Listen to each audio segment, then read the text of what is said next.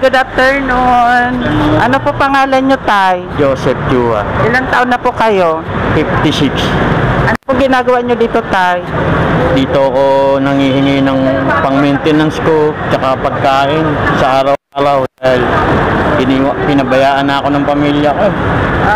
Taga saan po kayo, Tay? Ngayon sa Zone 10 sa Bautista. Wala po kayong asawa? Meron nga akong asawa at mga anak. Nung nasa Saudi ako, malakas pa ako. Pinapag-aral ko. Pero nung nagkasakit na ako, nakagraduate sa nakatrabaho, pinabayaan na nila ako, iniwan na nila ako. Ilan po anak nyo, Tay? 2 lalaki, 1 babae.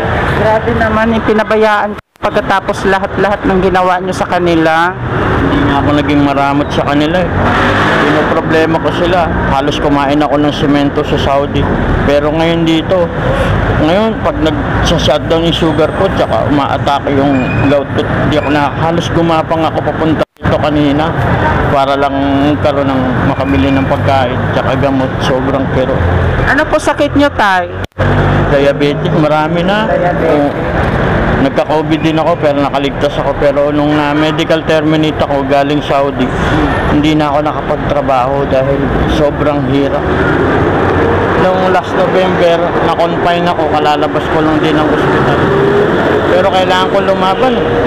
Pag hindi ako lumaban, ako din ang kawawa. Kaya, saan kayo natutulog, Tay, paggabi? meron naman akong bahay, kaya lang sa Bautista, sa tabi ng ilog, sa Zone 10. Wala kayong kasama sa bahay? Meron si Jack, yung aso. Aso ko lang. Kaya nga, darat na lang nila ako doon, patay na. Dahil yun ang gusto nila eh. Mamatay ako dahil pabigat na daw ako eh. Ano masasabi nyo, Tay, sa mga OFW na kagaya nyo na may mga pinag-aaral dito sa Pilipinas para may maging aral din silang makuha para sa iyo? Sa inyo mga anak na OFW na pinipilit igapang ng magulang, pag nakatapos ko, sigapin yung magbalik sa magulang. Kanino ba naman kami hingi ng tulong kundi mga anak namin, pamilya. Ayaw nyo, kaya ayoko naman magnakaw. Huwag mong masama, manghihingi na ako sa tao Para may pambili ng gamot? Oo, yun lang. Tsaka pag hindi kayo naging mabait sa magulang nyo, hindi rin kayo magtatapos. Nakatapos kayo ng pag-aaral, babalik at babalik lang din sa pangangailangan ng buhay nyo. Hindi rin kayo pagkakalobat, hindi rin kayo pagpapalay.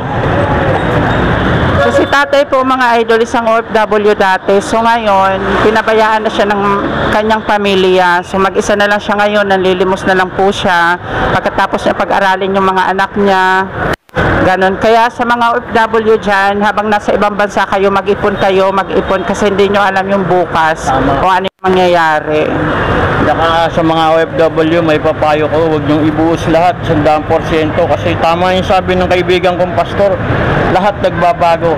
Kahit asawa mo, anak mo, magbabago. Isa lang talaga ang matapat at hindi nagbabago, ang Panginoon lang. Totoong pagmamahal. Ako pala si Marlon, Tay. So nagti-TikTok ako, tapos tinutulong ko yung mga namimigay, yung binibigay sa aking gift. So binibili ako ng mga grocery. Sana pagbalik namin, Tay, makita ka ulit namin para mabigyan ka namin ng gamot. Araw-araw ako dito. 2 taon na nga ako halos dito. Si tatay po is nandito sa tapat ng Walter sa may footbridge po, dito sa Dasmariñas, Cavite po. So ito yung mga gamot niya, guys, mga kailangan niya. Ito ang importante dahil sa neuropathy, sobrang kerot. Hayaan mo, Tay, babalik kami dito kapag may mga magbigay ulit. Salamat sa inyo. Ilan taon na pala kayo, Tay? 56. 56 na si tatay, mga idol. So bibigyan kita ng grocery, Tay. Sa isang araw, Tay, nakakamagkano kayo ng limos? Hindi naman pare-pareho, pero mas lamang ang maramot eh. Ngayon, nasa 200. So pambili nyo na ng gamot yan, tapos pagkain. Gamot, tsaka isang kilong bigas. Tapos pag naubos, balik na naman. Wala. Pag linggo wala ako dito. Kasi araw ng Panginoon, sikapin ko pa kayo. Ba't hindi kayo pinapaalis dito ng guard? Hindi naman, kaibigan ko na sila. Tagal na ako dito, 2 taon na mahigit. Araw-araw ko na silang, wala man akong ginagawang masama. Tsaka winawalis ko tong lugar na to pag nandito ako. Sige tayo, kunin ko po yung grocery ha. Tayo, malaking tulong para sa'yo to. Thank you.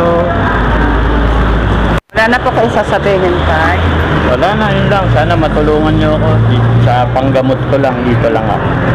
Sige, salamat marami. Salamat tayo ha. Nadaanan ka namin dito. Yung kaibigan ko dyan, si Felix, dito sa kabila. Sige po tayo. Salamat.